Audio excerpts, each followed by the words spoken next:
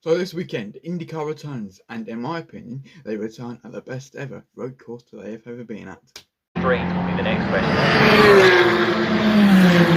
They return to Road America back in Wisconsin this weekend after a 2-week break after the quite entertaining Gateway race.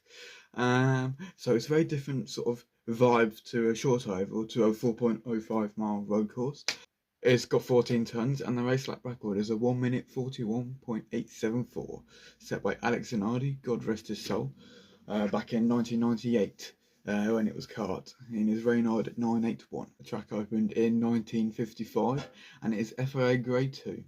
And yeah, the reason why it is one of my favourite tracks of the calendar, and my favourite road course of the calendar, is that, yes, it is quite it is quite a sort of samey strategy thing. That's the only thing I don't like about it. But it has a long straight, and it has heavy braking zones at the end of those long straights, which means if you're brave enough, you can go for a move, especially down into turn 1, because that is a commitment corner. Turn 5, the hairpin after the other long straight, that's a corner where you can really dive it in, sort of lunge in for it. But yeah, as well as Canada corner, possibly if you've got a good enough run alongside someone. I do see what people mean about the fuel mileage, though. Sometimes you do have to hit a bit of a number there, which means you do see a bit of a sort of a boring race sometimes, from time to time.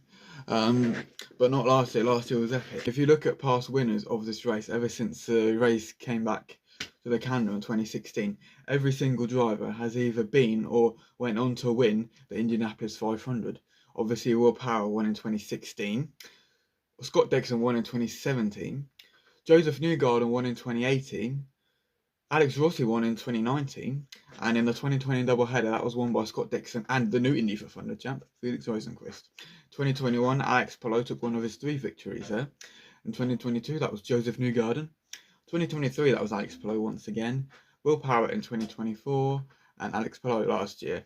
So, it's quite funny because you never think it's like Indianapolis, but everyone who's been successful here has either been quite good or won at Indianapolis 500. So it's quite a funky fact, and I thought, yeah, that's quite cool actually. Recap into last year's race. Obviously, we know that Alex Palou won, but it was actually Felix Rosenqvist, the new Indy 500 champ, finishing second. There was a bit of a moment where people thought he was going to win because Alex's teammate Scott Dixon was struggling on fuel, and Alex only pitted a lap or so afterwards. So people thinking, oh my god, he could win. But alas, that was not the case. But Santino Ferrucci finished third in his AJ40 racing car. And if we look at the standings going into this weekend, after the Gateway madness, where Alex Palou ran out of fuel on the pit lane, but he managed to get it fired up, even though he lost 2 laps, Alex Palou will lead the championship at 342 points.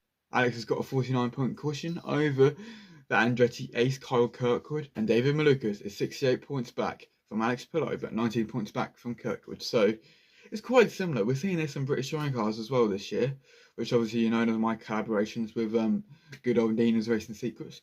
But yeah, it's quite funny. It seems like it's a battle for second at the minute. You've seen this in a few sort of series this year, with Formula One with the second best teams, with that keeps swapping and changing as well. But yeah, if it keeps carrying on, I'm going to dub the year of 2026 as the race for second.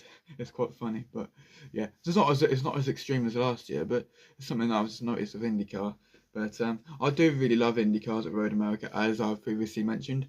It is just fantastic. I mean, it's one of my favourite series, one of my favourite tracks. What's not to love, really?